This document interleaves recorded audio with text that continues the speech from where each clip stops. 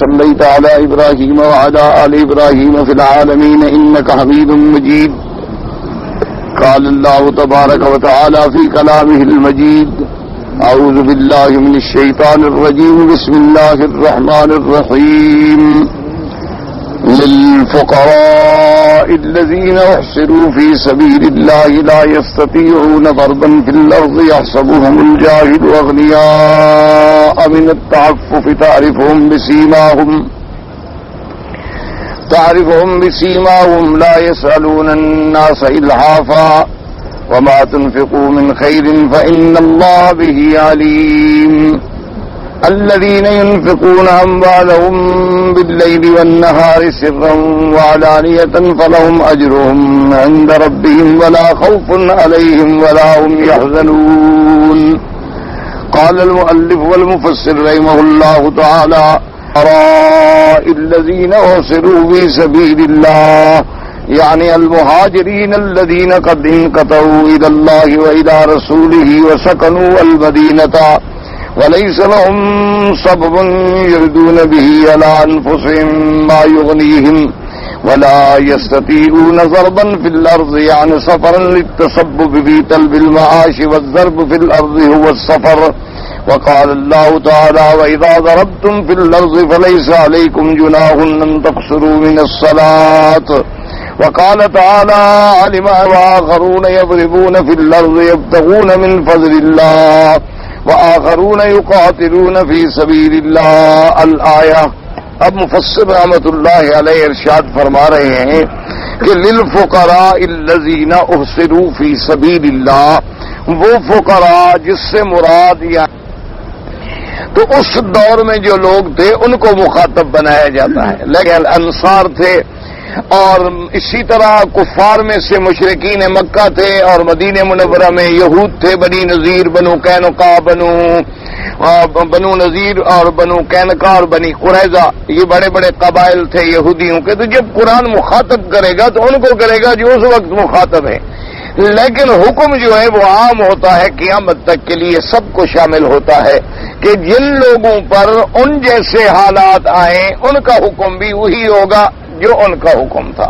قاعدہ یہ ہوتا ہے مثلاً یعنی اس دور میں اگر اللہ معاف کرے ایک آدمی نے چوری کی سزا تھی ہاتھ کاٹنا، تو اب جب بھی چوری ہوگی سزا ہاتھ کاٹنا ہی رہے گی قیامت تک، کیونکہ قاعدہ جو ہے وہ ایک عمومی ہوتا ہے اور قیامت تک کے لیے وہ اصول ہوتا ہے، چاہے اس کی مثال جو ہے وہ سامنے اس وقت کے مخاطبین کو خطاب کیا جائے. ویسے آج کل دنیا میں بھی اسی طرح کے قوانین ہوتے ہیں. آپ دیکھیں نا ہائی کورٹ میں، سپریم کورٹ میں کوئی خاص کیس ہوتے ہیں تو اس پہ جب بینچ فیصلہ دیتی ہے تو حوالہ تو ان کا دے گی، نام تو ان کا لے گی، لیکن وہ قانون پر سب کے لیے ہوتا ہے. تو اسی طرح جو ہے اللہ نے یہاں جو ارشاد فرمایا للفقراء المہاجرین، المراد کون ہے؟ وہ لوگ جو مکے سے ہجرت کر کے گئے. اچھا، اب جب ہجرت کر کے مدینہ سے مکہ مکرمہ سے مدینہ منورہ تشریف لے گئے تو ان بیچاروں کا تو کچھ بھی ہاتھ میں نہیں رہا نا، مکان بھی گئے، گھر بھی گیا، اس کے بعد جائیدادیں بھی گئیں اور سب کچھ کھو گیا اور خالی کپڑوں میں وہ مکہ شریف جا پہنچے. یعنی ایسا عالم ہو گیا تھا کہ مصعب ابن عمیر رضی اللہ تعالی عنہ جو میرے پاک نبی صلی اللہ علیہ وسلم کے صحابی ہیں اور آپ ماشاءاللہ قاری قرآن ہیں اور ان اجلہ صحابہ میں ہیں جو جنگ احد میں شہید ہوئے اور سیدنا حمزہ رضی اللہ تعالی عنہ کے دامن میں مدفون ہیں. تو وہ اتنے بڑے آدمی تھے کہ روزانہ صبح اور لباس ہوتا تھا، شام کو اور لباس ہوتا، اور ان کے لیے جب دسترخوان لگتے تھے تو سینکڑوں قسم کے کھانے لگتے تھے اور نوکر کھڑے رہتے تھے، ایک پلیٹ اور ڈش جا رہی ہے اور ایک آ رہی ہے اور ایک جا رہی ہے. مدینہ منورہ میں ان کا یہ عالم تھا کہ حضور کے سامنے جو گزرے فبکا رسول اللہ، حضور رو پڑے، حضور صلی اللہ علیہ وسلم کے آنسو مبارک آ رہے. حضور نے فرمایا یہ دیکھو میرا صحابی ہے، اس کا جب کافر تھا تو یہ عالم تھا، اب اسلام لے آیا ہے تو یہ حال ہے کہ بوری کے کپڑے پہنے ہوا ہے بیچارہ اور گھر میں بستر نہیں، بچھونا نہیں، ٹھکانہ نہیں، ماوا نہیں، ملجا نہیں، گھر نہیں، کچھ نہیں. تو اس لیے للفقراء المہاجرین الذین احصروا فی سبیل اللہ. اب مفسر رحمۃ اللہ علیہ فرماتے ہیں اس سے مراد وہ لوگ ہیں المہاجرین الذین قد انقطعوا الی اللہ وإلی رسولہ صلی اللہ علیہ وسلم وسکنوا المدینۃ المنورہ. اس سے مراد وہ مہاجرین ہیں کہ جو لوگ اللہ تبارک و تعالیٰ کے لیے خالصتاً ہجرت کر گئے، اللہ کے رسول کے لیے ہجرت کر گئے، اور جنہوں نے جا کر مدینہ منورہ میں ڈیرا لگا لیا. وَلَيْسَ لَهُمْ سَبَبٌ، ان کے پاس کوئی ایسا ذریعہ بھی نہیں تھا کہ اس ذریعے کو استعمال کر کے اپنے نفس کے لیے کچھ حاصل کر لیں، کوئی دکان، کوئی تجارت، کوئی پیسہ، کوئی دولت، کچھ بھی نہیں. اور یہی حکم جو ہے یاد رکھیں ہر اس مہاجر کے لیے قیامت تک باقی ہے کہ جو آدمی دار الکفر سے، دار الحرب سے ہجرت کر کے مسلمانوں کے ملک میں آ جائے تو اس کے لیے بھی وہی احکام ہیں، وہی رعایات ہیں، وہی فضیلتیں ہیں جو اللہ تبارک و تعالیٰ نے مہاجروں کے لیے رکھی ہیں. اب ایک بات یہ ہے کہ ایک ہجرت ہے دار الحرب سے، کیا مانا؟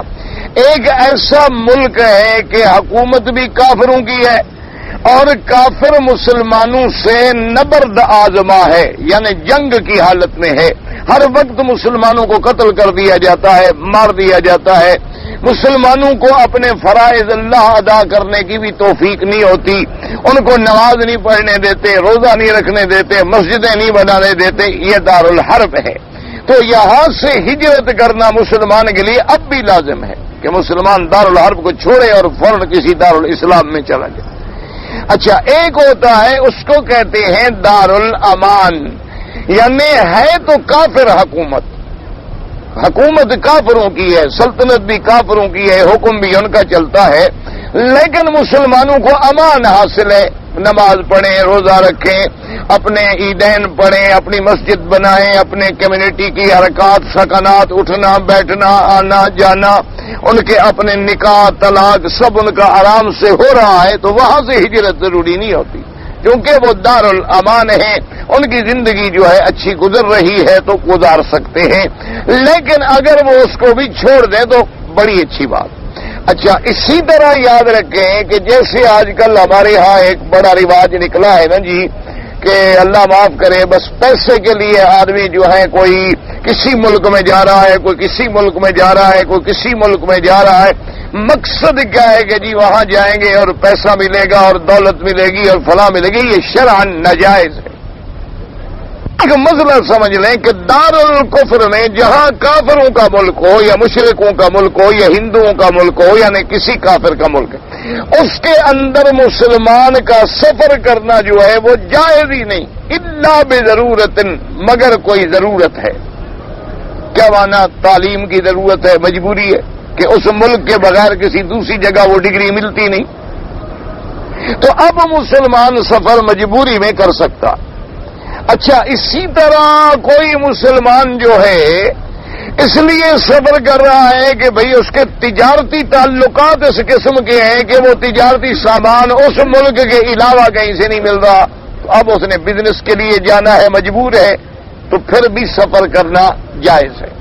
تیسری شکل فقہاء نے لکھی ہے کہ کوئی بیمار ہے اور اس کی بیماری کا علاج جو ہے کافر ملک میں ہے، مسلمان ملک میں اچھی اسپتال کوئی نہیں، اچھے ڈاکٹر کوئی نہیں، اچھا انتظام کوئی نہیں، تو وہ بھی مجبوراً سفر کر سکتا ہے. اور یاد رکھیں اسی طرح ساتھ یہ بھی حکم ہے کہ اگر کوئی مسلمان دیار شرک میں یا دیار کفر میں رہتا ہے اور ان کے ساتھ باعتبار عقیدے کے بغض نہیں رکھتا تو اللہ کے نبی نے فرمایا کہ اس سے میرا کوئی تعلق نہیں. ایک بات یاد رکھو، جیسے اللہ کے ساتھ مومن کی محبت ضروری ہے، یعنی اگر ہماری محبت اللہ سے نہیں تو ایمان نہیں. والذین آمنوا اشد حبا للہ. اسی طرح ہے قل ان کنتم تحبون اللہ، باقاعدہ محبت کا لفظ ہے قرآن میں. اچھا، اسی طرح اللہ نے فرما دیا واضح طور پہ کہ جو مومن ہے اشد حبا للہ، اور جو کافر ہیں ومن الناس من یتخذ من دون اللہ اندادا یحب تحبونہم کحب اللہ. تو ہمیشہ یاد رکھیں، صرف یہ نہیں کہ تم کلمہ توحید پڑھ لو، کلمہ توحید پڑھنا، کلمہ توحید کے معنی کو جاننا اور کلمہ توحید پر یقین کامل کا رکھنا اور کفر و شرک سے برات اور بغض اور دشمنی کا اظہار کرنا کہ قل یا ایھا الکافرون لا اعبد ما تعبدون، اس کے بغیر ایمان مکمل ہی نہیں ہوتا.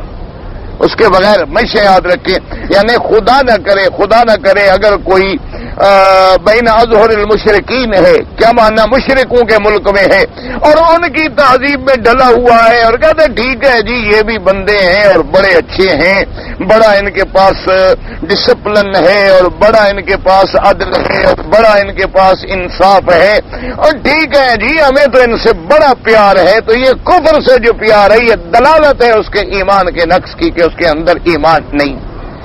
اچھا، اسی طرح وہ فقہائے کرام نے یہ بھی شرط لگائی ہے کہ اگر تم کسی کافر ملک میں رہنے پہ مجبور ہو گئے، کوئی حالات ایسے پیدا ہو گئے، مثلا تمہارے والدین باپ دادا کبھی وہاں مزدوری کرنے گئے، گھر بن گئے، اب اولادیں وہاں ہو گئی، تعلیم وہاں ہو گئی اور آدمی کی شہریت وہاں کی ہو گئی، اب آدمی مجبور ہے، تو اس کے لیے ضروری ہے کہ وہ اپنے دین کا اظہار کرے اور ان کے دین سے نفرت کرے اور ان کو دین کی تبلیغ کرے. اگر یہ نہیں کر سکتا تو پھر شریعت کے مطابق رہنا جائز نہیں ہے کسی طرح بھی، کیونکہ قاعدہ یہ ہے ہمیشہ کہ برائی جو ہے وہ جلدی اثر کرتی ہے اور اچھائی جو ہے وہ بڑی دیر سے اثر کرتی ہے. دیکھو نا، کوئی تعمیر کرنی ہو تو بڑا وقت لگتا ہے، لیکن اگر بلڈنگ توڑنی ہو تو منٹ بھی نہیں لگتا، 1 منٹ بھی نہیں. اچھا، اگر آپ نے کسی کو صرف دھواں دینا ہے، ایک لکڑی جلا دے سارے گھر والے دھوئیں سے بھر جائیں گے، لیکن اگر کسی کو تم نے خوشبو پہنچانی ہے، سکون پہنچانا ہے، ٹھنڈی ہوائیں پہنچانی ہے، تو پھر تو کئی آپ کو ایئر کنڈیشن لگانے پڑیں گے اور کئی سسٹم آپ کو قائم کرنے پڑیں گے، تب جا کے وہاں کا ماحول جو ہے بہتر ہوگا. لیکن دھواں پہنچانا ہے کسی ایک جگہ، ایک کپڑے کو آگ لگا کے پھینک دو، سارا گھر دھوئیں سے بھر جائے گا. تو اس لیے ہمیشہ قاعدہ یہ ہے کہ جب آدمی کافروں کے اندر رہتا ہے تو کفر کی تہذیب اس پہ اثر کرتی ہے. ان کے ساتھ اٹھنا، ان کے ساتھ بیٹھنا، ان کے ساتھ بود و باش، ان کے ہوٹلوں میں کھانا، ان کے ہوٹلوں میں رہنا، اور پھر وہاں آدمی کتنی احتیاط کرے. چلو ٹھیک ہے، آپ ایک ہوٹل میں جاتے ہیں، وہاں جا کے ان کو کہہ دیتے ہیں کہ بھئی میں مسلمان ہوں، مجھے ناشتہ کرنا ہے، لیکن مہربانی کریں حلال چیز جو ہے دیں. وہ کہ ٹھیک، ہمارے پاس حلال فوڈ موجود ہے اور حلال میٹ موجود ہے، ہم ابھی آپ کو بنا دیں گے. چلو بھائی، اب وہ آپ کے لیے مان لیا کہ حلال گوشت بنا رہے، لیکن بنانے والا بورچی کون ہے؟ باورچی کوک تو وہی ہے، انگریز جو سور پکا رہا ہے وہی آپ کے لیے بکرا بھی پکا رہا ہے. اچھا، اس نے آپ کے لیے کوئی علیحدہ تو نہیں رکھے ہوئے چمچ بھی اور دیگچے بھی اور سارے برتن بھی، اسی برتنوں میں اس نے ڈالا صرف یہ ہے کہ اچھا گھی بھی اسی سے ڈال رہا ہے، مسالے بھی اسی سے ڈال رہا ہے، ہاتھ بھی وہی استعمال کر رہا ہے اور برتن بھی اسی ہاتھوں کے ساتھ اٹھا رہا ہے. ایک پلیٹ میں اس نے خنزیر ڈال دیا، ایک میں بکرا کا گوشت ڈال دیا. یہ مسلمان کو دے دو، یہ کافر کو دے دو، فرق کیا ہے؟ کوئی فرق نہیں پڑتا. اسی طرح جو ہے اللہ تبارک و تعالی رحمت فرمائے، یاد رکھیں، یعنی کفر کے ساتھ بغض رکھنا بھی ضروری ہے، جیسے اسلام سے محبت رکھنا ضروری ہے. والمؤمنون بعضهم اولیاء بعض، مومن ایک دوسرے کا دوست ہے. تو جب ایمان والوں کی آپس میں محبت ضروری، اللہ کے رسول سے محبت ضروری، تو اللہ کے دشمنوں سے بغض ضروری. جب تک اللہ کے دشمنوں سے بغض نہیں آئے گا، اللہ کے رسول سے محبت آنے کا سوال ہی پیدا نہیں ہوتا. آپ نے دیکھا نہیں کہ ایک صحابی قید ہو گئے تو وہاں کے بادشاہ نے جب ان کو سزائے موت سنائی تو اس نے کہا کہ دیکھو میں تم سے ایک بات پوچھتا ہوں، لیکن سیدھی سیدھی بات بتاؤ. اب تم تو موت کے کنارے پہ کھڑے ہو، مر جانا ہے، لیکن بات سیدھی کرو. سکا جی. اس نے کہا کہ اس وقت تم ایسے مقام پہ کھڑے ہو کہ ہم تمہیں قتل کر دیں گے، پھانسی پہ لٹکا دیں. کیا تم یہ برداشت کرتے ہو کہ اگر تمہارے بجائے یہاں تمہارے نبی پاک ہوتے اور ہم تمہیں چھوڑ دیتے؟ تو صحابی کانپ گئے. اس نے کہا بدبخت کیا کہہ رہے ہو؟ مجھے تم 100 بار پھانسی پہ لٹکا دو، لیکن میں اللہ کے نبی کے پاؤں میں کانٹا چبھنا جو ہے وہ بھی برداشت نہیں کر سکتا. اللہ کے نبی کے پاؤں میں ایک کانٹا لگے میں وہ برداشت نہیں کر سکتا. مجھے تم 100 دفعہ سولی پہ لٹکا دو وہ میں قبول کرنے کے لیے تیار ہوں. میں اللہ تبارک و تعالیٰ کے پیغمبر اللہ کے رسول کی تکلیف اتنا ذرے کے برابر بھی برداشت نہیں کر سکتا.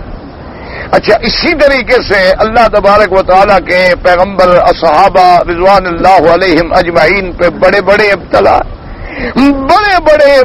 ہے. تو یہ یاد رکھیں ہم لوگوں نے یہ سمجھا ہوا ہے کہ بس اللہ کو مانو, اللہ کے رسول کو مانو, اور قرآن شریف کو ہم مانتے ہیں, قیامت کو مانتے ہیں, کعبہ شریف کو مانتے ہیں, بس ہم پکے مسلمان ہیں. کافروں کے ساتھ کھاؤ پیو رہو, دوستی تعلق سب کچھ نا, ایمان پھر نہیں بنتا.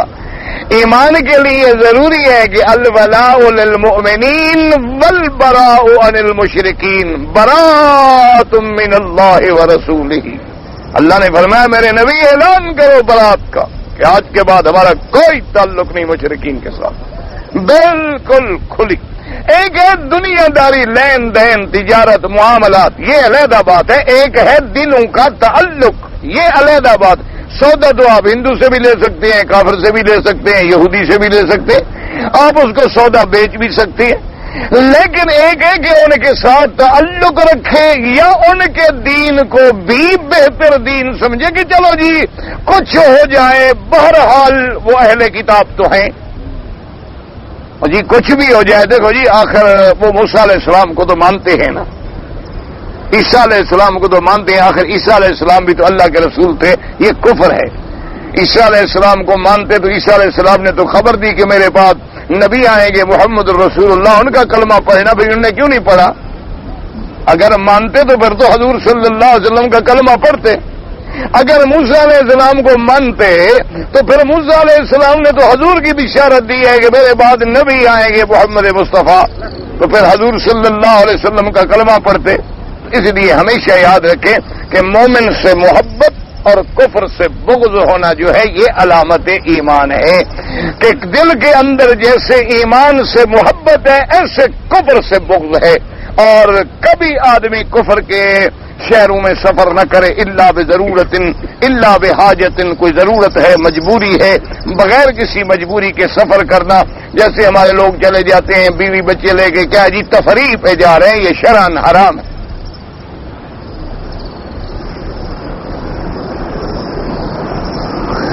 تفریح کے لیے جو آپ جاتے ہیں نا, آپ کو پتا ہے, چلو آپ جتنا پیسہ خرچ کرتے ہیں وہ کس چیز پہ خرچ ہوتا ہے آپ اندازہ کریں. اگلے دن میں پڑھ رہا تھا, ایک کشمیری مجاہد کی فریاد میں پڑھ رہا تھا. اس نے کہا کہ مجھے سمجھ نہیں آتی کہ مسلمانوں میں یا تو دین ختم ہو گیا ہے یا غیرت مر گئی ہے, غیرت کا جنازہ نکل گیا ہے.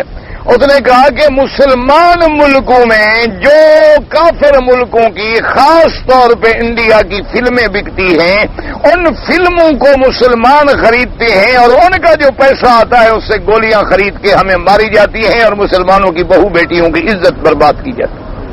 اور کہا ان میں اتنی غیرت بھی نہیں کہ کم از کم ایک دشمن کی چیز تو نہ خریدیں, اور کچھ نہیں کر سکتے تو کم از کم اتنا تو کر سکتے ہیں نا کہ بھائی ایک ہم دشمن کی چیز خرید کر کے یہ پیسہ جو دے رہے ہیں تو اس کا فائدہ کس کو ہو رہا ہے, کس کے ہاتھ ہم مضبوط کر رہے ہیں, کس کی کرنسی کو ہم مضبوط کر رہے ہیں. اور یہ پیسہ زر مبادلہ کی شکل میں تھوڑا تھوڑا تھوڑا تھوڑا کر کے تبدیل ہو کے کہاں پہنچے گا, اور پھر وہی پیسہ جو ہے اس کا چلو ایک حصہ 100 میں سے ایک حصہ جو ہے اس کام میں لگے کہ گولیاں خرید کے مسلمانوں کے سینے میں اتاری جائے, مسلمان بہو بیٹیوں کی عصمتوں کو لوٹا جائے اور مسلمان بے حصے. شام کو فلم دیکھنی ہے, بس فلم کا شوق, فلم دیکھنے کا شوق ہے, اس کو فلم خرید رہا ہے, رسالے خرید رہا ہے, اخباریں خرید رہا ہے, اس کا چاول خرید رہا ہے, چیزیں خرید رہا ہے. اور جی چھوڑو جی بازار ہے, جی بازار میں ہر قسم کی چیز ہوتی ہے, چھوڑو جی یہودی ہوں گے ہم نہیں خریدتے ہیں, نصرانی ہوں گی ہم نہیں خریدتے ہیں. پھر کس کس چیز سے بلا ہم بچ سکتے ہیں؟ مسلمانوں تو ہر چیز سے بچ سکتے ہو اگر تمہارے اندر اسلام ہے اور ایمان زندہ ہے تو ہر چیز تمہیں مسلمان ملک کی بھی مل سکتی ہے. اچھا چلو اس سے وہ اے کلاس نہ ملے بی کلاس ملے, لیکن یہ تو تسلی ہوگی کہ یہ میرا پیسہ مسلمان ملک میں جائے گا, کسی مسلمان کے گھر میں جائے گا. چلو بھی مجھے ذرا اعلیٰ کوالٹی نہ ملی، مجھے اے کلاس چیز نہ ملی، بی مل گئی، لیکن میرا پیسہ تو مجھے ایک مسلمان کی جیب سے نکل کے آگے بھی پھر مسلمان کو ہی ملے گا، کافر کو تو نہیں ملے گا، کم از کم میں اپنے دشمن کے ہاتھ تو مضبوط نہیں کر رہا۔ تو یہ احساس ہمارے ختم ہو گئے ہیں۔ تو اللہ تبارک و تعالیٰ نے، اور اگر یاد رکھو، اللہ کرے آج بھی مسلمان کی غیرت جاگ جائے، مسلمان کا ضمیر بیدار ہو جائے، اور مسلمان دشمن کو دشمن سمجھ لے اور دوست کو دوست سمجھ لے، اور صرف عالم اسلام جو ہے وہ کفر سے بائیکاٹ کر لینا جی، اللہ کی رحمت سے دیکھیں کہ اللہ نے مسلمانوں کو محتاج نہیں کیا، ہر بات میں کافر پھر محتاج ہے مسلمان کا، لیکن ہم ان کے پاؤں پر بوٹ پالش کرنے والے بن جائیں تو پھر ان کی مرضی اور ٹھوکریں نہ ماریں تو کیا کریں؟ جب ان کو پتا ہو کہ ہم چپراسی ہیں، جب ان کو پتا ہو کہ جناب یہ تو اسی صاحب کا تنخواہ پہ کام کرنے پہ تیار ہے، فکر نہ کرو، ان کو ذلیل کرو، خوار کرو، خراب کرو، جو مرضی آئے کرو، ان کو تو انہوں نے تو اپنی عزت کا شرف بھی یہ سمجھا ہے کہ یہ مکے مدینے میں پڑھ لیں تو عزت نہیں سمجھتے، لیکن ہمارے کافروں کے کسی یونیورسٹی میں پڑھ لیں تو بڑا فخر کرتے ہیں کہ جی یہ فلاں یونیورسٹی کا پڑھا ہوا۔ تو اس لیے اب اللہ نے واقعہ بیان فرمایا ان فقراء مہاجرین کا الذین احصروا فی سبیل اللہ، کیا معنی؟ انقطعوا الی اللہ و الی رسولہ وسکنوا المدینۃ المنورہ، مکے سے ہجرت کی، کٹ گئے، سب سے کٹ گئے، صرف اللہ تبارک و تعالی کے لیے اور کوئی چیز نہیں۔ یعنی ایسا بھی ہوا ہے کہ 3 کپڑے ہیں بدن پہ اور اسی میں ہجرت کر کے مدینے پہنچ گئے، اور کوئی تجارت بھی نہیں ہے، کوئی مال بھی نہیں ہے کہ بیچارے کیا کریں، اور اس کے لا یستطیعون ضربا فی الارض، اور مفسر نے فرمایا کہ لا یستطیعون ضربا فی الارض، ضرب فی الارض سے کیا مراد ہے؟ سفر، ضربا فی الارض یہ محاورہ ہے، مراد ہے سفر، کہ سفر کا بھی پیسہ نہیں، للتسبب کا، تاکہ معاش کا کوئی سبب بنا سکے، پیسہ ہو تو تجارت کریں، پیسہ ہو تو سفر کریں، ایک ملک سے دوسرے ملک میں جائیں بیچارے کوئی چیزیں لے آئیں، تو ضرب فی الارض سے مراد کیا ہے؟ سفر۔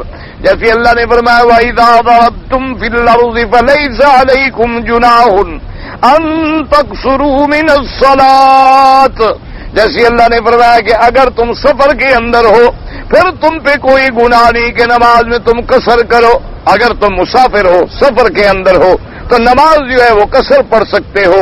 کیا معنی؟ 4 رکعتوں والی نماز جو ہے 2 رکعت ہوں گی، اور سنت اور نوافل جو ہے وہ معاف ہو جائیں گے۔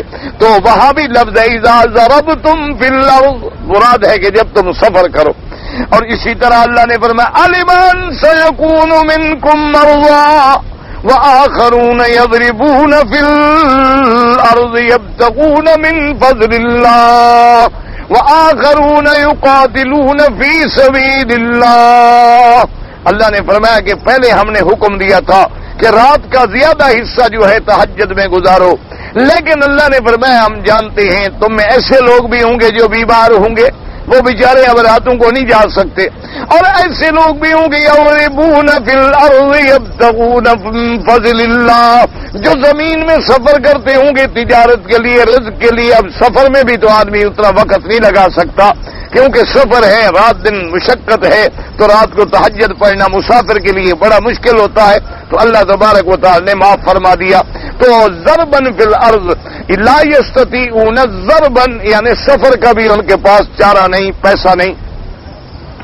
یحسبهم الجاہل اغنیاء من التعفف، الجاہل بأمرهم وحالهم، یحسبهم اغنیاء من تعففهم في لباسهم وحالهم ووقارهم۔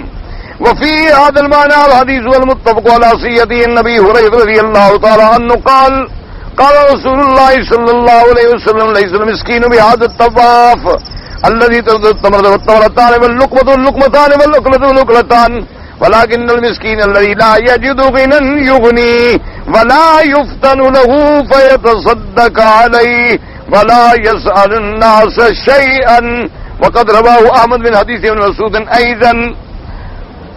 اللہ نے فرمایا کہ ان کی حالت ایسے ہے کہ یحسبهم الجاہل اغنیاء من التعفف،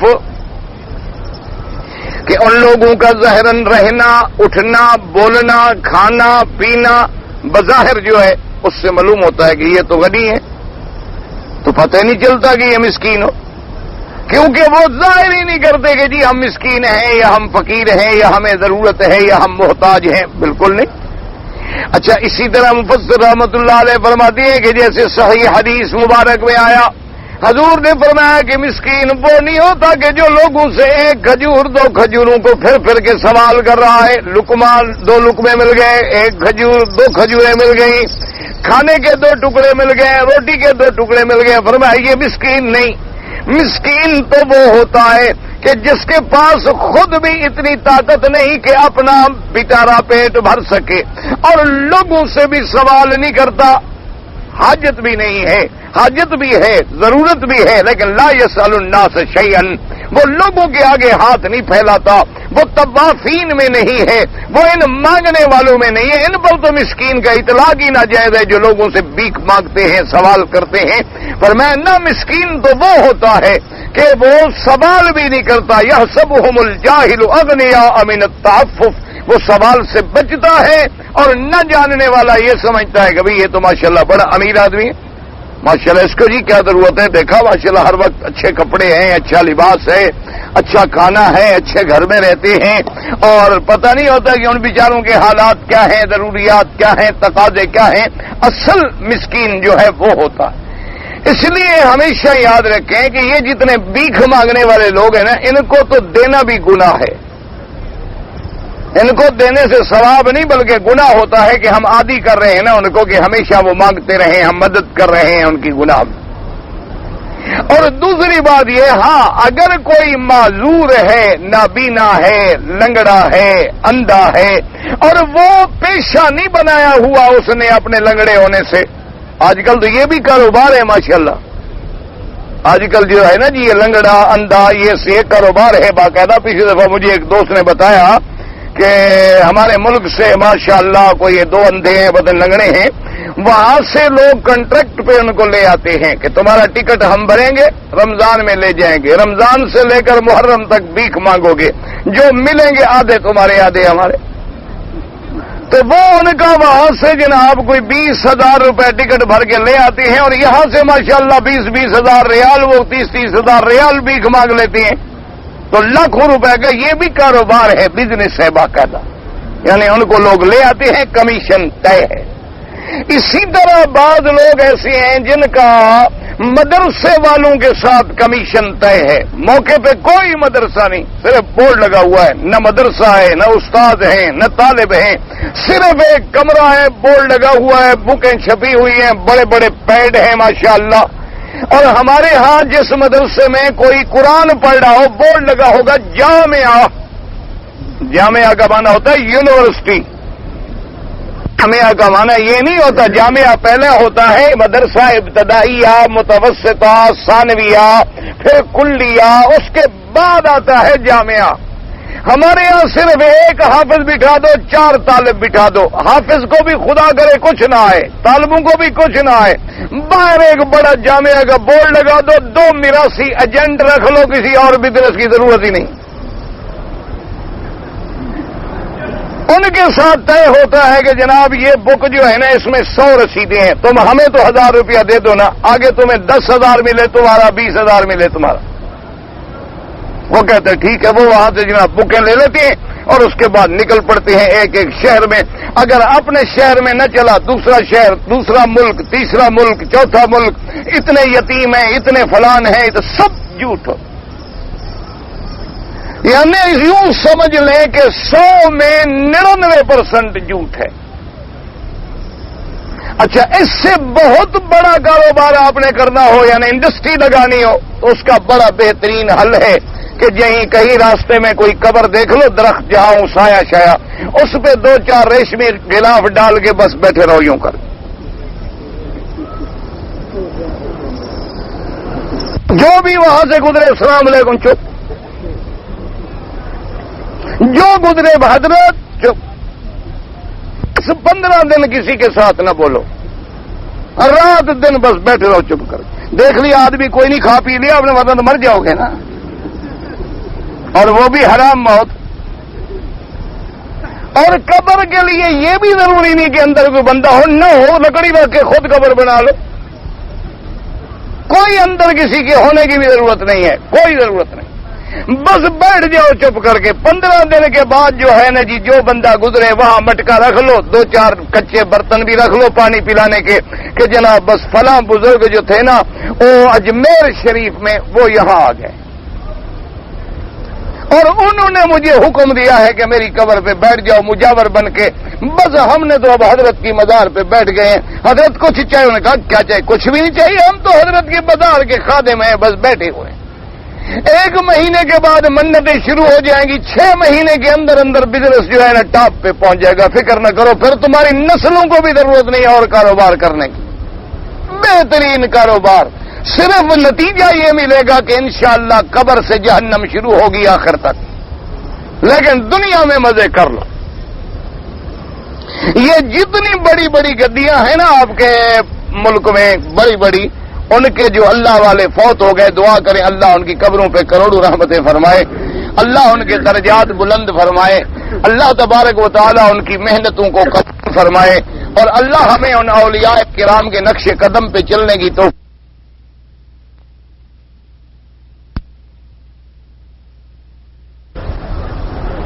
ٹھنڈے دل سے سوچنے کی بات.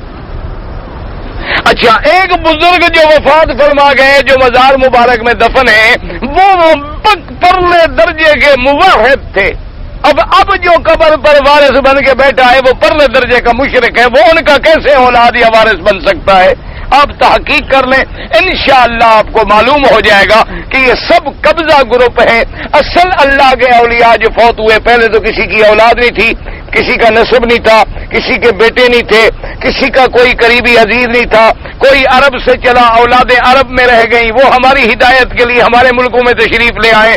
کوئی بیچارے صنعا سے چلے، کوئی بخارا سے چلا، کوئی تاشقند سے چلا، کوئی بغداد سے چلا، کوئی کہیں سے چلا، اور اکیلے چلے اور آگے دین پھیلاتے پھیلاتے پھیلاتے ان کو وہی موت آ گئی اور ہزاروں مسلمان کر کے وہ وفات فرما گئے. ان کا تو کوئی وارث تھا نہیں، جو قبضہ گروپ تھا وہ قابض ہو گیا. اب وہاں جا کے دیکھ لیں انشاءاللہ، نہ داڑھی، نہ نماز، نہ روزہ، نہ ان کا کوئی حج، نہ کوئی زکوٰۃ، نہ تلاوت قرآن، نہ کوئی مسجد، نہ کوئی مدرسہ. اگر مسجد ہے تو گدی نشین کبھی نماز پڑھنے نہیں آتا ہوگا، مگر اس دن جس دن کوئی وزیر آ جائے، کوئی گورنر آ جائے، کوئی بڑا آدمی آ جائے، اس دن پگڑیاں وگڑیاں باندھ کے ماشاءاللہ پھول شولوں کی چادریں لے کے آ جائیں گے کہ حضرت چڑھائیں. ہم تو بس جی حضرت کی وجہ سے کھا رہے ہیں، بس حضرت کی خیرات ہے ہمیں مل رہی. سب کاروبار انا للہ و انا الیہ راجعون. یاد رکھو، مسکین وہ ہوتا ہے. اسی لیے میں ہمیشہ دوستوں سے کہتا ہوں، اگر خیرات کرنی ہو نا، یہ لوگ جو حرم شریف میں کام کرتے ہیں نا بیچارے صفائی کے، یہ زیادہ مستحق. سوال تو نہیں کرتے نا، 500-600 ریال تنخواہ میں غریب گزارا کر رہے ہیں نا. تو آج کے دور میں 500-600 ریال تنخواہ کیا چیز ہوتی ہے؟ کیا ہوتا ہے؟ اس سے کیا گزارا ہے؟ جو آدمی مزدوری کر رہا ہے، باہر بلدیہ میں جھاڑو دے رہا ہے، ایمانداری کی بات ہے، یہ مانگنے والے سے زیادہ مستحق ہے اس کو خیرات. کیا مزدوری تو کر رہا ہے، پانی بیچ رہا ہے، ڈبہ بھر رہا ہے، سوال نہیں کر رہا. یعنی آپ حیران ہوں گے. ایک دفعہ میں نے گاڑی روکی تو کالے لڑکے بیچارے، یہ تکرونی جو رہتے ہیں کالے، یہ آ گئے اور وہ 2-3 جو تھے بڑے زور والے تھے، انہوں نے موٹر سائیکل پہ زور سے نکال لیے. ایک لڑکا کمزور تھا بیچارہ، وہ کھڑا رہی، اس کو دھکا دے کے انہوں نے ہٹا دیا. وہ جب پانی بھر کے لے آئے، اب مجھے بڑا اس بچے پہ ترس آیا. میں نے اس کو بلایا، میں نے کہا یہ لو 2 ریال تم بھی لے لو. انہوں نے کہا لا. اور میں نے کہا خدا کے بندے، تم نے مجھ سے سوال تو نہیں کیا نا، مانگا تو نہیں؟ انہوں نے کہا نہیں، میں نے جب کام نہیں کیا، میں نے آپ کا ڈبہ نہیں بھرا، میں بھیک لینا نہیں چاہتا. یہ ہے ایمان. اور میں نے کہا دیکھیں جی، میں نے آپ کا کام نہیں کیا. اور میں نے کہا تم کمزور ہو، وہ ڈبہ زور سے لے گئے، اللہ کے بندے میں تمہیں محبت سے بیٹا سمجھ کے، بچہ سمجھ کے. میں نے کہا نہیں، سوال ہی پیدا نہیں ہوتا، میں حرام نہیں دے. بس جب میرے نصیب میں ہے میں ڈبہ بھروں گا، اللہ مجھے روزی دے دے گا. شام کو نہیں ہے تو ماشاءاللہ گھر چلا جاؤں گا، سو جاؤں گا بھوکا، کوئی بات. یہ لوگ ہیں امداد کے مستحق.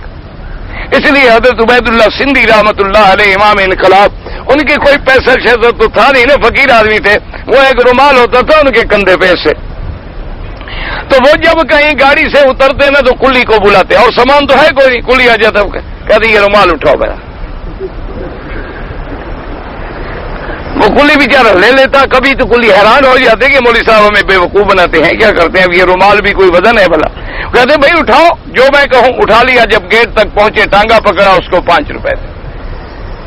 تو کئی دفعہ مولویوں نے کہا حضرت ویسے تھے، فرمایا ایسے دینے سے اس کی توہین ہوگی کہ یہ مجھے غریب اور بھکاری سمجھ کے دے رہا ہے، اس طرح میں نے اس سے کام لیا ہے، اس کے بعد اس کو معاوضہ دیا ہے، ٹھیک ہے، کیا ہو گیا، اس کی عزت نفس کا بھی تو خیال رکھنا چاہیے، وہ غریب ہے مزدور ہے تو کیا ہو گیا۔ تو یہ لوگ تھے، ایسے لوگ ہوتے ہیں خیرات دینے کے قابل، کہ ان کو تم ڈھونڈو، یہ نہیں کہ خیرات والا تمہیں ڈھونڈے۔ حضرت حسن بصری رحمت اللہ علیہ، اللہ ان کی قبر پہ کروڑوں رحمتیں فرمائے، ان کو اگر کبھی کوئی غریب مسکین مل جاتا، حضرت حسن بصری اپنی چادر بچھا دیتے اس کو بٹھانے کے لیے اور کھانا کھلاتے، ان کی خدمت میں خیرات ہدیہ جو بھی ہوتا پیش کرتے، تو ساتھیوں سے کہتے کہ ہاں اولئک برید الاخرہ، کہ یہ ہمارے لوگ جو ہیں یہ تو ڈاکیے ہیں، ہماری ڈاک سیدھی جنت میں لے کر جا رہے ہیں، ہم ان کی قدر نہیں کریں گے تو خیرات کس کو دیں گے۔ اس لیے حکم یہ نہیں کہ غریب تمہیں ڈھونڈے، حکم یہ ہے کہ اغنی جو ہے، سرمایہ دار جو ہے، وہ مستحق جگہ کو تلاش کرے، وہ مستحق آدمی تلاش کرے۔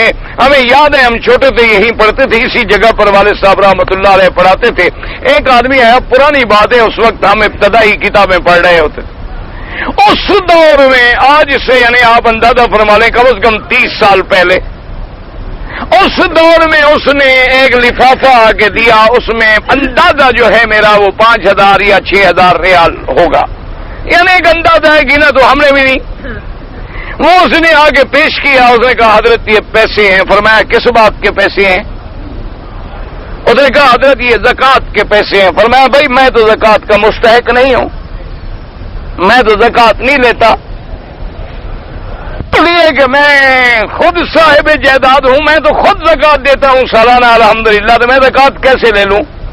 اس نے کہا کہ حضرت اگر آپ مستحق نہیں ہیں تو کوئی بات نہیں، لیکن ہم لوگ جو ہیں باہر سے آئے ہیں اور آپ یہاں رہنے والے ہیں، آپ کو پتا ہے کہ آپ کے کون کون سے طالب غریب ہیں، کون کون سے لوگ مکے میں مستحق ہیں، مہربانی کر کے یہ زکوٰۃ جو ہے ان کو تقسیم کر دیں مستحقین میں، اور کوئی بات نہیں۔ مجھے آج تک یاد ہے ایسے جو والد صاحب نے لفافہ پکڑا یوں پھینکا، بلوچ آدمی تھے، وہاں جا کے بڑا کہا نکل جاؤ، اٹھاؤ، میں تمہارا نوکر، پورے مکے میں ایک ملازم تمہیں میں نظر آیا ہوں تیری نوکری کرنے کے لیے۔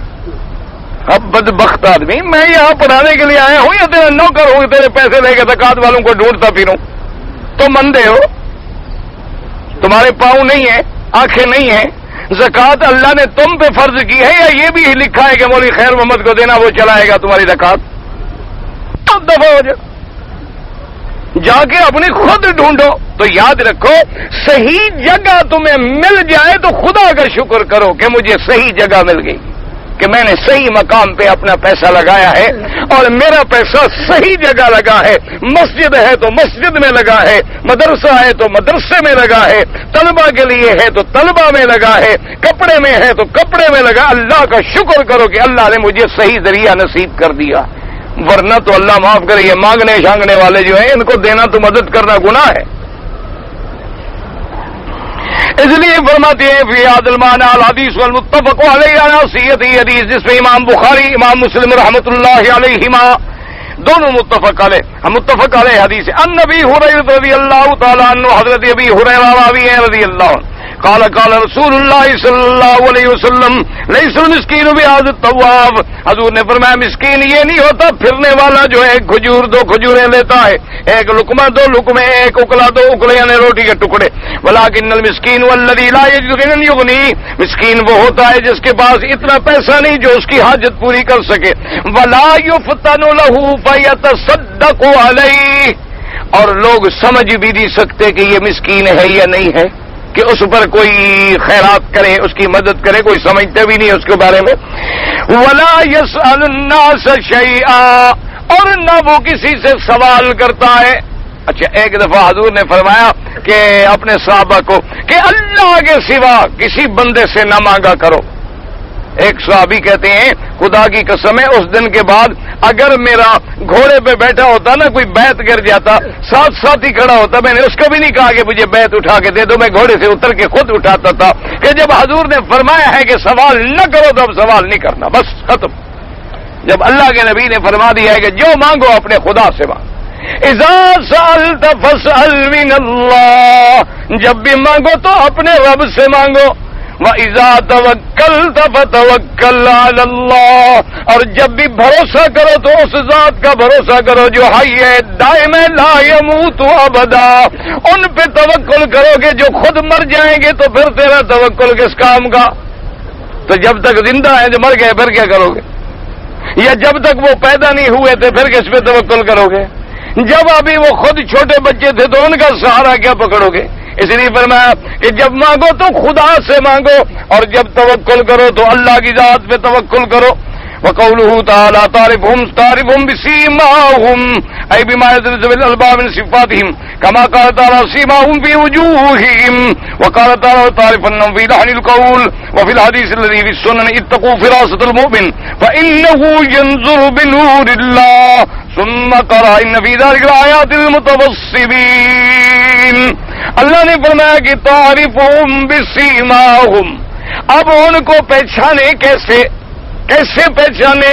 اللہ نے فرمایا ان کو ان کی علامات سے پہچانا جاتا ہے.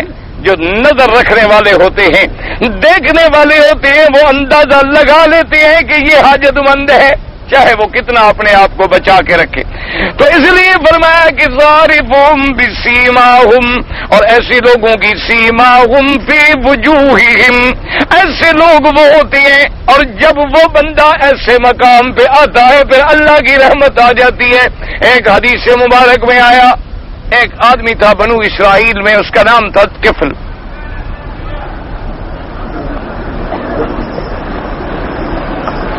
تبارک و تعالیٰ معاف کرے، وہ کفل نامی آدمی جو تھا تو وہ بڑا برا آدمی تھا، زانی، شرابی، اور جو بھی موقع ملتا کسی قسم کے گناہ کا وہ گناہ نہیں چھوڑتا تھا. ایک لڑکی تھی بڑی خوبصورت، اس پہ اس کی بڑی نظر تھی، اس کو اس نے بڑا مجبور کیا، بڑا اصرار کیا، بڑے اس پر اس نے ڈورے ڈالے، لیکن لڑکی نے بات نہ مانی. اس نے کہا کہ نہیں، میں گناہ نہیں کرتا. اللہ تبارک و تعالیٰ رحمت کرے، کچھ حالات ایسے ہوئے کہ ایک دن وہ لڑکی جو تھی اس کے دروازے پہ آ گئی اور کنڈی کھٹکھٹائی. وہ نکل آیا اور وہ حیران ہو گیا کہ وہ لڑکی جس کے پیچھے میں اتنے عرصے سے پھر رہا ہوں، پریشان ہوں، آج میرے دروازے پہ خود آ گئی ہے. تو اس نے پوچھا کہ کیوں آئی ہو؟ اس نے کہا دیکھو میں آج مجبور ہو کے تیرے دروازے پہ آئی ہوں، مجھے 60 دینار کی ضرورت ہے، اگر تم میری مدد کر دو. اس نے کہا میں تو پھر ایک ہی شرط پہ مدد کروں گا کہ میں تجھ سے زنا کروں گا، اگر تم راضی ہو تو 60 دینار لے لو. اس نے کہا ٹھیک ہے، میں بھی تو مجبور ہو کے تیرے دروازے پہ آئی ہوں، میں سمجھتی ہوں کہ تو نے مجھے مفت کب دینے ہیں، ٹھیک ہے میں راضی ہوں. اس نے اس کو 60 دینار دے دیے، گھر لے گیا، کمرے میں بیٹھا. اس کو حدیث پاک میں باقاعدہ لفظ آتے ہیں قعد منها مقعد الرجل امراته، جیسے ایک بندہ اپنی بیوی کے ساتھ جماع کے وقت میں بیٹھتا ہے، ایسے جب تیار ہو کے بیٹھا جماع کرنے کا ارادہ کیا، کپڑے اتار لیے، لڑکی رونے لگی، کانپنے لگی. تو اس نے کہا کیوں روتی ہو، کیوں پریشان ہوتی ہو، کانپ رہی؟ اللہ کرا تو کہ میں نے تم کو کوئی جبر کیا ہے؟ تمہیں کوئی جبرن پکڑ کے لایا ہوں زنا کے لیے کہ اب تو کانپتی ہے اور ڈرتی ہے اور روتی ہے؟ اس نے کہا نہیں، تم نے جبر نہیں کیا، لیکن میرا رب جانتا ہے میں نے کبھی یہ گناہ نہیں کیا، مجھے مجبوری کروا رہی. اس نے کہا تم سچ کہتی ہو؟ اس نے کہا میں سچ کہتی ہوں کہ واللہ جس خدا نے مجھے پیدا کیا ہے میں نے کبھی زنا نہیں کیا، لیکن آج میں مجبور ہو کے پیسے کے لیے آ گئی. اس نے کہا وہ کھڑا ہو گیا، اس نے کپڑے پہن لیے، اس نے کہا بات سنو، یہ 60 دینار بھی لے جاؤ، اور تم مجبور ہو، ٹھیک ہے میں گناہگار ہوں، لیکن میں کسی کی مجبوری سے فائدہ اٹھانا نہیں چاہتا، چلی جاؤ اور یہ بھی سن لو، آج میری بھی گواہ بن لو، واللہ لا افعل بعدہ ابدا، مجھے بھی اپنے رب کی قسم ہے آج کے بعد گناہ نہیں کروں گا. ختم ہو گئی بات. تم نے مجھے جو سبق پڑھایا ہے بس میں نے توبہ کر لی ہے. اچھا اللہ کی شان دیکھو، اسی رات مر گیا، اسی رات مر گیا. صبح کو جب لوگ آئے تو اس کے دروازے پہ لکھا ہوا تھا، اللہ نے حکم دیا کہ میں نے اس کو جنت میں داخل کر دیا. یہ ہے کہ جب آدمی صحیح ماننے میں کسی مجبور کو دیتا ہے اور پھر اپنی غرض نہیں رکھتا، اللہ کی رضا درمیان میں آ جاتی ہے تو پھر اللہ معاف کر دیتے ہیں، سارے گناہ دھل جاتے ہیں. اسی لیے حکم ہے کہ جب تم دو سوچ کے دو، سمجھ کے دو اور اللہ کی رضا کے لیے. اب دیکھو دونوں گناہوں سے بھی بچ گئے اور اللہ نے موت کیسے نصیب کی کہ گناہوں سے توبہ کی اور گناہ کیا نہیں، پاک صاف ہو کے رات کو مر گیا. کیونکہ التائب من الذنب کمن لا ذنب لہ، جب آدمی توبہ کر لیتا ہے گناہوں سے تو وہ ایسے ہو جاتا ہے جیسے اس کا کوئی گناہ نہیں، اللہ سارے گناہ معاف کر دیتے ہیں. اور پھر اتنی بڑی بشارت مل گئی، اتنا بڑا مقام مل گیا کہ جب لوگ صبح کو آئے تو اس کے گھر پہ لکھا ہوا پڑھ لیا سب نے. اللہ تبارک و تعالی نے فرمایا کہ مسکین وہ ہیں جو مانگتے نہیں ہیں لیکن ان کی شکل کو دیکھ کے، ان کی علامات کو دیکھ کے پہچاننے والا جو ہے وہ پہچان لیتا ہے. اسی لیے جیسے حدیث میں آیا اتقوا فراست المؤمن فإنه ينظر بنور اللہ، مومن جو ہے اس کی فراست سے ڈرو کیونکہ وہ اللہ جو اس کو نور ایمان دیتا ہے، اس نور ایمان سے وہ پہچان لیتا ہے کہ یہ آدمی کون ہے، یہ مکار ہے یا یہ صحیح محتاج ہے، یہ صحیح مسکین ہے یا یہ بہانے کر رہا ہے یا یہ کچھ کر. اگر دل میں نور ایمان ہے اور ایمان کی روشنی میں اللہ حقائق کو واضح کر دیتے ہیں. ہمارا اپنا نور ایمان جو بجھ جائے، ہم خود جو اندھیرے میں ہوں تو ہمیں کیا نظر آئے. اس لیے دعا کریں کہ اللہ ہمیں صحیح نور ایمان نصیب کرے. احرام کی حالت میں گھڑی اور ٹوپی پہن سکتے ہیں، گھڑی تو پہن سکتے ہیں، ٹوپی تو نہیں پہن سکتے. ٹوپی وغیرہ سلا ہوا کپڑا جو ہے، قمیص، شلوار، کرتا، بنیان، یہ نہیں پہن سکتے.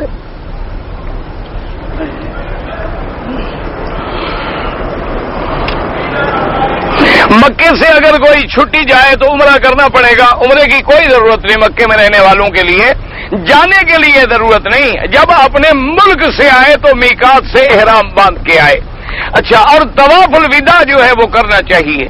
ویسے طواف الوداع صرف حج کے لیے واجب ہے، باقی کے لیے واجب نہیں، لیکن افضل یہ ہے کہ طواف الوداع کر کے جائے کیونکہ کوئی پتہ نہیں زندگی ہے، موت ہے، پھر نصیب ہوگا کعبہ شریف نہیں ہوگا. کہتے جی جنازے کے بعد امام صاحب دائیں طرف سلام پھیرتے، ایک سلام سے بھی نماز پوری ہو جاتی ہے، دو سلام بھی حدیث میں ثابت ہیں. جو دو سلام کرتے ہیں کوئی بات نہیں، ایک سلام کرتے ہیں کوئی بات نہیں. ایک شخص مسجد میں دیر سے پہنچتا ہے، جماعت کھڑی ہو گئی، جماعت کو سجدے میں پاتا ہے، بس شامل ہو جائے، سجدے میں شامل ہو جائے. جس حالت میں جماعت ہے جماعت میں مل جائے، لیکن وہ رکعت اس کی شمار نہیں ہوگی. اگر اس کو رکوع مل جائے تو پھر اس کی رکعت شمار ہوگی. اچھا، لیکن بعض لوگ غلطی کرتے ہیں کہ امام مثلا رکوع میں ہے نا جی، تو وہ کیا کرتے ہیں اللہ اکبر، تو وہ رکعت نہیں ہوتی. قیام ضروری ہے، اللہ اکبر سبحانک اللہم و بحمدک تبارک اسمک وتعالی جدک، یا اتنی دیر کم از کم سیدھا کھڑا ہو کے پھر رکوع میں جائے. یہ نہیں کہ وہاں سے الٹا ہو گیا وہی سے رکوع میں آ رہا ہے جو امام کا رکوع نہ نکلے، وہ رکعت نہیں ہوگی. بہت سارے لوگ کہتے ہیں کہ میں اہل حدیث ہوں، میں تبلیغی جماعت کا ہوں، میں جماعت اسلامی کو. کوئی بات نہیں، سب مسلمان ہیں، سب بھائی ہیں، اللہ سب کو دین کے کام کی توفیق دے، کوئی جھگڑا نہیں. جیسے کوئی کہہ دیتا ہے کہ جناب میں مکی ہوں، میں مدنی ہوں، میں طائف میں ہوں، میں جدے میں ہوں، اسی طرح کوئی ہے. سب دین کی جماعتیں ہیں، اللہ سب کی خدمات قبول فرمائے، کوئی بات نہیں ہے. حضور صلی اللہ علیہ وسلم جب بیرون میں گئے تو حضور خیر اپنے ملک سے باہر تو تشریف ہی نہیں لے گئے. صحابہ جب گئے تبلیغ کے لیے تو قرآن سناتے تھے، تقریریں کرتے تھے، درس دیتے تھے. اور تبلیغ کا کیا طریقہ تھا؟ باہر جاتے تھے، محنت کرتے تھے. ہمارے یہاں جو کھجلیوں پر گٹھلیوں پر درود پڑھتے ہیں، ایک روایت ہے لیکن وہ ضعیف ہے، بہرحال اس افضل یہ ہے کہ آدمی ایسے بیٹھے رہیں، پڑھتے رہیں. اللہ سے کیا حساب کرنا ہے؟ جتنی زیادہ پڑھو گے اتنی زیادہ اجر ملے گا. اللہ تبارک و تعالیٰ کا مقام عرش ہے، عرش آسمانوں سے بھی اوپر ہے، اور اپنے علم سے وہ ساری مخلوق کو جانتے ہیں. حضور صلی اللہ علیہ وسلم نے رفع یدین کیا ہے، ہاں بالکل کیا ہے، اور اسی طرح حدیث میں ہے کہ بھی رفع حضرت عبداللہ ابن مسعود نے نماز پڑھی اور نہیں کیا رفع یدین. میں یہاں پر ہوں، میرے ماں بیوی کو عمرے کے لیے بولا ہے، ان کے ساتھ محرم نہیں ہے، تو ماں اگر تمہاری بوڑھی ہے تو پھر تو سفر کر سکتی ہے. اگر عورت جوان ہے تو بغیر محرم کے سفر نہ کرے. تو بہرحال کوشش یہ کریں کہ وہ محرم کے بغیر نہ آئے. اگر بوڑھی عورتیں اور چند عورتیں اور شامل ہیں تو پھر آ سکتی ہے.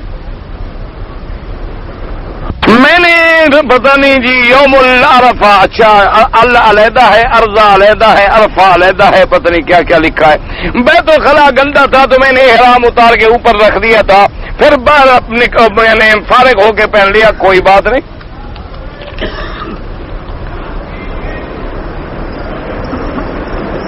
مجھے کسی نے کہا ہے کہ نماز میں جمائی آئے تو یہ سوچو کہ پیغمبروں کو جمائی نہیں آئی. یہ سب قصے کہانیاں ہیں. اصل میں جمائی آنا جو ہے یہ بھی بیماری ہے. تو جب کوئی بات سوچو گے تو ذہن ادھر چلا جاتا ہے تو جمائی بند ہو جاتی ہے بس.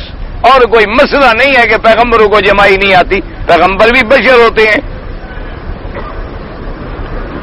غسل کرنے کے بعد اگر ننگے جسم وضو کر لیں تو وضو ہو جائے گا. غسل ہو گیا وضو نہیں ہوگا. عجیب آدمی ہے. اگر ننگے وضو نہیں ہوتا تو غسل بھی تو نہ ہوا. اللہ کے بندے پر اگر حمام بند ہے تو ٹھیک ہے. 1000 ریال پہ کتنی زکات دیں؟ 2.5%. نماز پڑھتے ہوئے سجدے والی جگہ پہ نظر رکھیں. ہمارے ملک میں رواج ہے کہ گاؤں میں جب آدمی کوئی فوت ہو جاتا ہے جنازے کو 4 پائی پہ رکھتے ہیں تو مولوی صاحب کہتا ہے بھی خیرات دو. تو خیرات میں لوگ زمین دیتے ہیں. ماشاءاللہ بھائی اگر زمین بہت ساری دیتے ہوں تو مجھے بستی کا نام لکھ دو، میں جاتا ہوں. پھر مزے ہیں، آدمی مر جائے زمین مل جائے مفت میں، سب حرام ہے خدا کے بندے. دیکھو یا تو مرنے والا اپنی زندگی میں زمین خیرات کرے. ایک مسئلے کو سمجھو.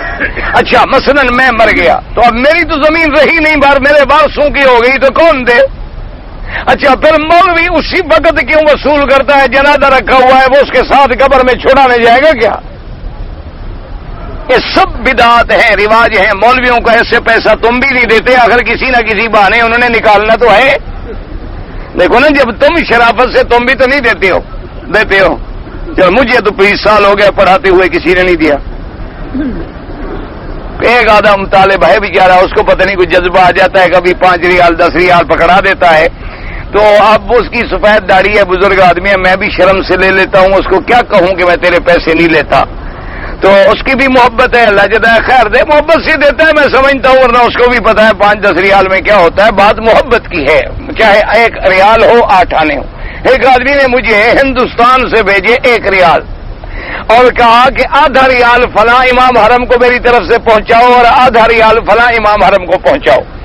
اب جناب میں پھنس گیا، میرے پاس امانت آ گئی، ذمہ داری آ گئی پہنچانے کی، اور میں نے کہا امام کو دینے جاؤں تو وہ دھپی نہ رکھ دے کہ یہ آ گیا بڑے سخی، آدھا ریال میں دینے کے لیے ہے، پاگل ہو گیا. 50,000 یعنی ریال کا تو ہم نے مشلا گلے میں ڈالا ہوا ہے اور یہ 8 آنے خیرات دینے آیا ہمیں.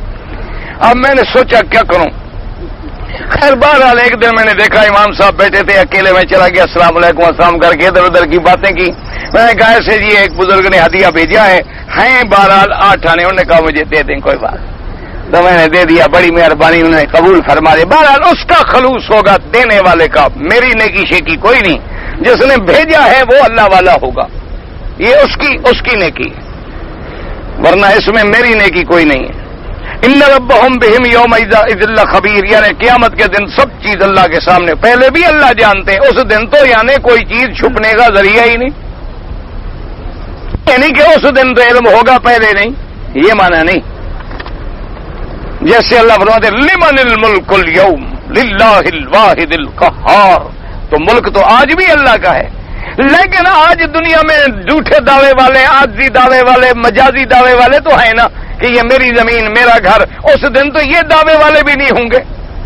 اس لیے اللہ تبارک و تعالی نے ان ربهم بهم یومئذ لخبیر۔ اچھا جی، رمضان المبارک میں کسی نے بھول کے صحبت کیا، یہ اچھی بھول ہے کہ صحبت کر لی، بیوی سے بھول گیا، بہرحال بھول معاف ہے، لیکن روز نہ بھولا کرو، ہاں روز ہی بھول جاؤ۔ بہرحال بھول میں، کیونکہ رفع عن امتی الخطا والنسیان، بھول کے آدمی پانی پی گیا، روزہ نہیں ٹوٹتا۔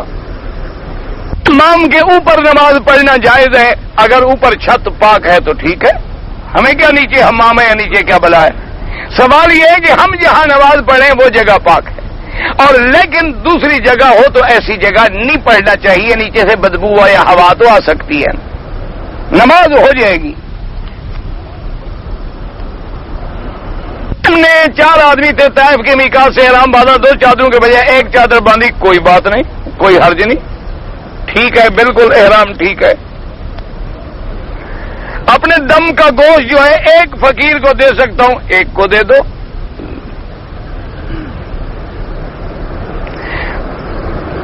میرا ایک دوست ہے، نہ فقیر ہے نہ امیر ہے، شغل انجینئر ہے۔ اچھا، انجینئر بھی غریب ہوتا ہے؟ ماشاءاللہ، اللہ کے بندے، انجینئر تو ٹھیک ٹھاک تنخواہ والے لوگ ہوتے ہیں، انجینئر ہے، ڈاکٹر، اگر یہ غریب ہو گئے ہم تو گئے۔ یہ تو بادشاہ بڑے بلا لوگ ہوتے ہیں، مکان کھڑے کو توڑ دیں، توڑے ہوئے کو بنا دیں، گرتے ہوئے کو یوں کر دیں، یوں والے کو یوں گرا دیں، سڑک بنائیں 6 مہینے کے بعد اکھڑ جائے، یہ بڑی لوگ، بڑی چیز۔ ان کو دم کا گوشت نہ کھلاؤ، انجینئر غریب نہیں ہوتے۔ انجینئر ماشاءاللہ تنخواہ والا، ہاں اگر انجینئر ہے اور تنخواہ نہیں، نوکری نہیں، بے روزگار ہے بیچارہ، پھر دے سکتے۔ میں نے پاکستان میں نیت عمرہ کیا، ارتباط کیا، عمرے کے معلومات حاصل کیا، مجھے نہیں بتایا کہ آپ ربو سر لیجئے، میں نے عمرہ کیا تقریباً 10-15، انشاءاللہ ہر بر میں طواف کیا، لیکن اچھا پاکستان سے میں نے عمرہ کیا، بڑے علماء سے رابطہ کیا، مناسک الحج کی کتابیں بھی دیکھا، یہ کہیں نہیں ملا کہ چوتھا حصہ بالوں کا کٹا ہو، تو لے ایک کتاب لے آؤ، میں تمہیں دکھاؤں، جو کتاب تم نے دیکھی نا جس میں تمہیں نہیں ملا، وہ کتاب لے آؤ، میں تمہیں ڈھونڈ دوں۔ تم نے دیکھا ہی نہیں، اب 15 عمرے کر کے مسئلہ پوچھنے آ گئے ہو کہ میں نے 2 بال کٹوائے تھے۔ بہرحال دم پڑ گئی، 1 دم ادا کرو، آئندہ احتیاط کرو۔ قرآن میں موجود ہے محلقین رؤوسکم ومقصرین لا تخافون، ایسا مسئلہ ہو سکتا ہے کہ کتاب میں نہ لکھا ہوا ہو، جو قرآن کی نص میں موجود ہو۔ اگر کسی آدمی کو قبلہ معلوم نہیں تھا، اس نے نماز پڑھ لی یہ سمجھ کے کہ قبلہ ہے ادھر، پھر جب سورج نکلا تو پتہ لگا کہ میں نے تو غلط پڑھی ہے، نماز ہو گئی، دوبارہ لوٹانے کی ضرورت نہیں ہے۔ میرے قریب میں شادی ہونے والی ہے، بیوی کو ہاتھ لگانے سے پہلے رقم کی مہر ادا کر دینی چاہیے، بڑی اچھی بات ہے کہ آدمی نکاح جب ہو جائے مہر دے دے بیوی کو، یعنی ملنے سے بھی پہلے مہر ادا کر دے، لیکن اگر مہر مؤجل ہے بعد میں بھی دے سکتا ہے، لیکن دے ضرور۔ کہتے ہیں 2 نفل ضروری ہے، کوئی ضروری نہیں۔ پہلی رات کی کوئی دعا بتائیں، ہاں یہ لکھا ہوا ہے کہ آدمی جو ہے اپنی بیوی کے بال جو ہے نا یہاں سے پکڑ کے، آپ ایسا کریں حسن حسین یا کوئی دعاؤں کی کتاب لے لیں، اس میں باقاعدہ حضور صلی اللہ علیہ وسلم نے دعا لکھی ہے کہ یا اللہ اس کی پیشانی میں خیر عطا فرما اور شر سے بچا، اور ہمارا ملنا ملانا جو ہے خیر پہ ہو اور شر سے ہمیں محفوظ فرما۔ اس کے بعد پھر کپڑے اتارنے سے پہلے بھی دعا اللہ مجنب الشیطان جننا ما رزقنا منہ ہو، اور یہ چیزیں حدیث میں موجود ہیں، کوئی کتاب لے لو دعا کی، مجھے یاد ہوتی تو میں بتا دیتا آپ کو۔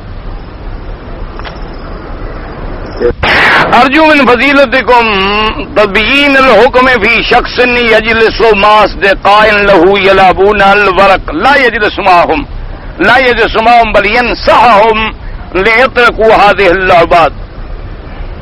ڈاکٹر اسرار صاحب نے ایک جماعت بنائی ہے تنظیم اسلامی، انشاءاللہ وہ بھی اچھے لوگوں میں ہیں، قرآن کی خدمت کر رہے ہیں، اور میں نے ان کی کافی دفعہ چیزیں پڑھی ہیں، الحمدللہ، اللہ پاک ان کی محنتوں کو قبول فرمائے۔ یہ بات یاد رکھو، ہر انسان میں کوئی نہ کوئی غلطی ہوتی ہے، فرشتہ کوئی نہیں ہوتا۔ آدمی صرف غلطیوں کو نہ ڈھونڈتا رہے، ان کی نیکیوں کو بھی دیکھے۔ باغ میں جاؤ تم صرف کانٹے ڈھونڈتے رہو تو تمہاری بدقسمتی ہے، پھولوں پر بھی تو نظر ڈالو نا کہ پھول بھی تو کھلے ہوئے ہیں۔ اگر تم صرف کانٹے دیکھتے رہو، ادھر کانٹا ٹیڑھا ہے اور ادھر کانٹا سیدھا ہے اور ادھر کانٹا یوں ہے اور ادھر کانٹا یوں، بھائی اس دور میں جو بندہ قرآن کی خدمت کر رہا ہے، سبحان اللہ، اللہ پاک اس کی محنت قبول فرمائے، شرط یہ ہے کہ وہ شرک نہ پھیلاتا ہو، بدعات نہ پھیلاتا ہو، اور ڈاکٹر صاحب جو ہیں وہ موحد ہیں پکے، ان کی کتابیں میری نظر سے گزری ہیں اور بہت ان کے خدمات ہیں قرآن کے، اللہ قبول فرمائے۔ بلکہ مجھے تو پتہ چلا ان کے بھائی تھے، وہ بہت نیک آدمی تھے، اقتدار احمد، ان کی وفات ہو گئی، دعا کریں اللہ ان کی مغفرت فرمائے۔ اور ہمارے رئیس الحرمین ہوتے تھے پہلے شیخ سلیمان بن عبید، وہ بھی فوت ہو گئے، اللہ ان کی بھی مغفرت فرمائے۔ حرم شریف کے اندر کسی مسکین کو اگر صحیح مسکین ہے تو خیرات دے دیں، ورنہ نہیں۔ اگر طواف ہم کسی اور کے لیے کریں، اور آسان مسئلہ یاد رکھو، طواف تم اپنے لیے کرو، طواف سے جب فارغ ہو جاؤ تو اس کے لیے دعا کر دو، اللہ ثواب عطا فرمائیں گے۔ اگر 4-5 طواف اکٹھے کر لیں، بعد میں ہر ایک کے لیے 2 رکعت پڑھ لیں، جائز ہے۔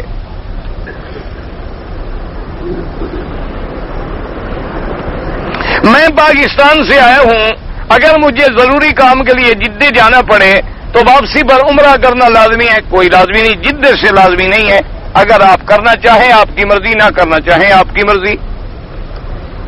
اگر جو ہے عمرہ کرنے کے لیے ہم پاکستان سے آئے ہیں، اب ہم مکہ میں رہ رہے ہیں، تو اب ہمارا زیادہ عمرہ کرنے میں زیادہ ثواب ہے یا طواف میں؟ طواف میں زیادہ ثواب ہے، کیونکہ طواف کے اندر کسی امام کا اختلاف نہیں، اللہ کے قرآن کا حکم ہے وَلْيَطَّوَّفُوا بِالْبَيْتِ الْعَتِيقِ۔